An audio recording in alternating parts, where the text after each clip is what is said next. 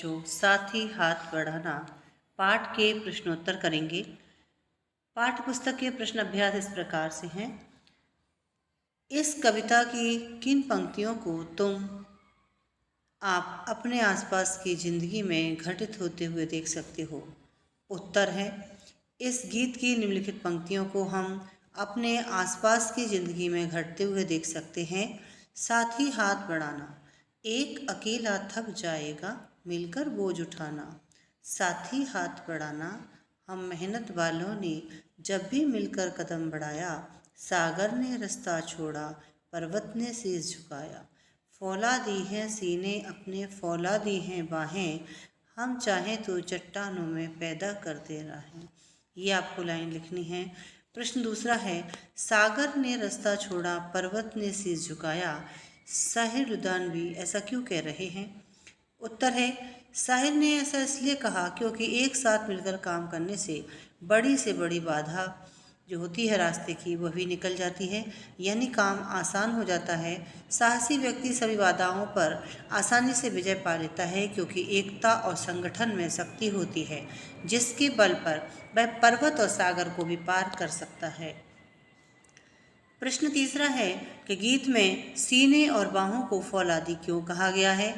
उत्तर है, सीने और बाहों को फौलादी इसलिए कहा गया क्योंकि हमारे इरादे मजबूत हैं, हमारे बाजुओं में अपार शक्ति है, हम ताकतवर हैं, हम बलवान हैं। हमारी बाहें फौलादी इसलिए भी हैं, इसमें असीम कार्य क्षमता का पता चलता है। हमारी बाजुएं काफ़ी शक्तिशाली भी हैं। गीत से आगे के प्रश्नों में हम देखेंगे कि अपने आसपास तुम किसे साथी मानते हो और क्यों। इसके मिलते जुलते कुछ और शब्द खोज कर लिखें। हमारे आसपास हमारे माता पिता हैं, भाई बहन हैं, मित्र, सहपाठी, शिक्षक, पड़ोसी, ये सभी हमारे साथी हैं क्योंकि ये सब हमें किसी न किसी रूप में सहयोग करते हैं। साथी से मिलते जुलते शब्द में सहायक, साथी को हम क्या कह सकते हैं? सहायक कह सकते हैं जो सहायता करता है। सखा जो हमारा मित्र है। संगी जो हमारे साथ रहता है। सहचर मतलब जो हमारे साथ चलता है हमारे साथ। और हमारा शुभ चिंतक यानी कि जो हमारी शुभ मतलब अच्छी चिंता करता है, अच्छा हमारे लिए सोचता है। मित्र और मीत आदि शब्द हैं।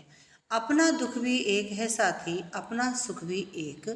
कक्षा, मोहल्ले और गांव शहर के किस किस तरह के साथियों के बीच तुम्हें इस वाक्य की सच्चाई मालूम होती है और कैसे?